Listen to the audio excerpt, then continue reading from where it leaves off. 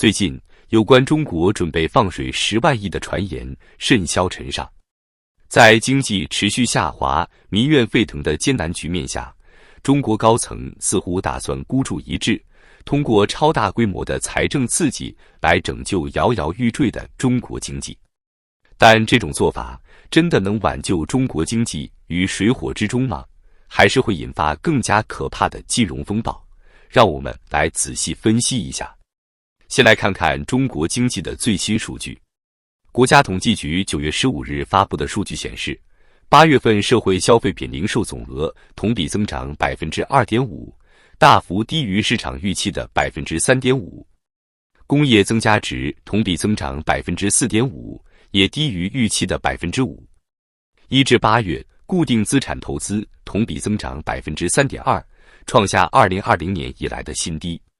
更糟糕的是，8月70个大中城市新建商品住宅销售价格指数同比下跌 3.5%， 连续16个月下跌，跌幅创2015年以来最大。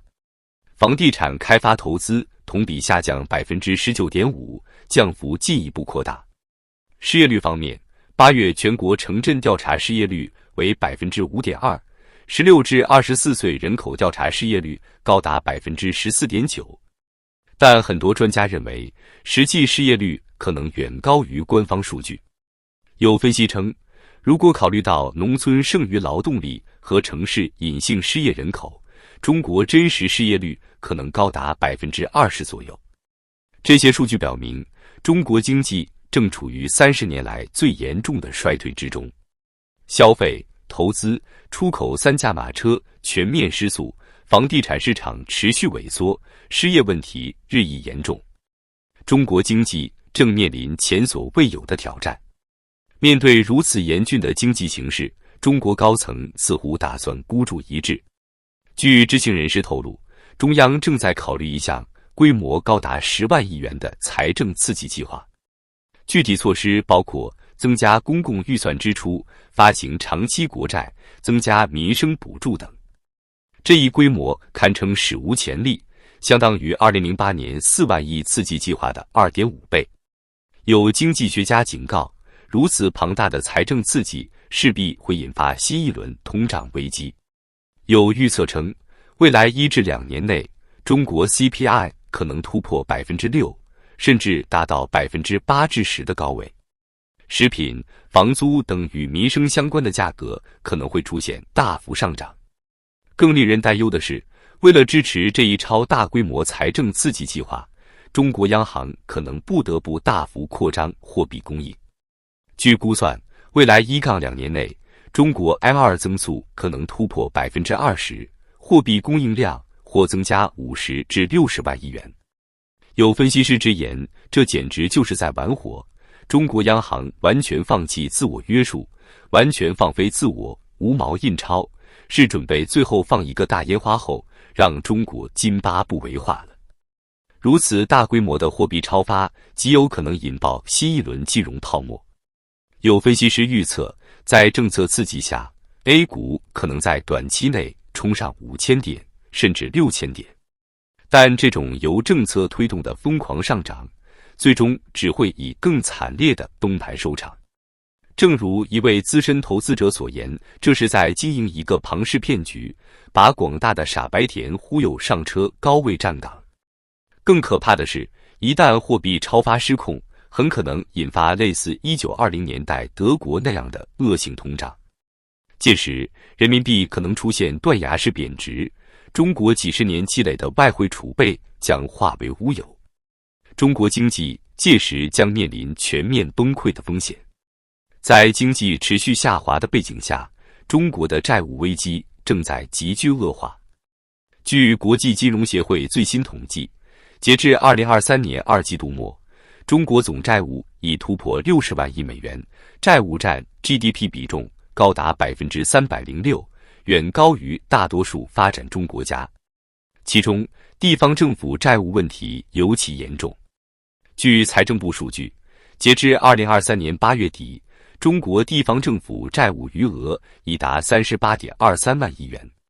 但很多专家认为，如果考虑隐性债务，地方政府实际负债可能高达100万亿元左右。在经济下行、土地财政失灵的情况下，越来越多的地方政府已难以偿还到期债务。据不完全统计，今年以来已有超过20个县市出现债务违约。如果中央不出手相救，恐怕会有更多地方政府陷入破产困境。正如一位地方官员私下感叹，再这样下去，我们真的要破产了。与此同时，中国房地产市场的崩溃正在加速。据国家统计局数据，今年1至8月，全国房地产开发投资同比下降 8.8%， 商品房销售面积下降 7.1%， 销售额下降 6.3%。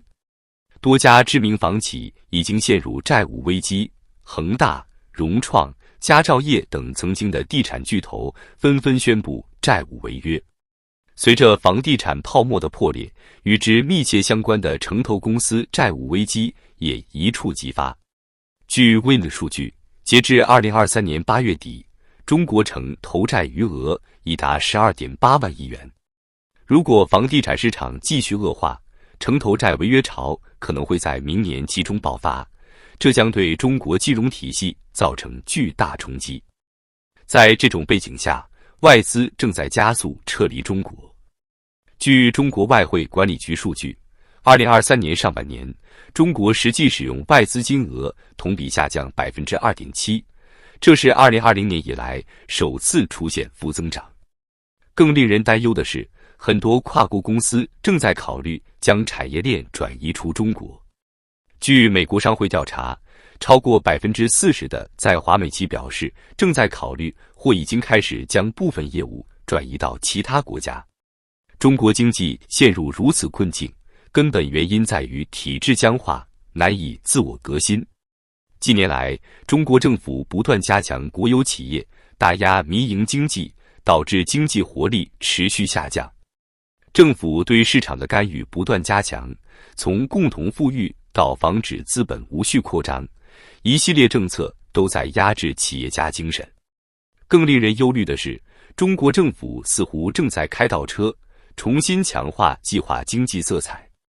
从国进民退到内循环，种种迹象表明，中国正在走向更加封闭的经济模式。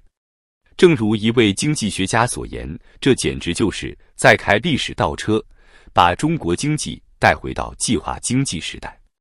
值得注意的是，中国高层决策圈中充斥着一批所谓的工农兵学员。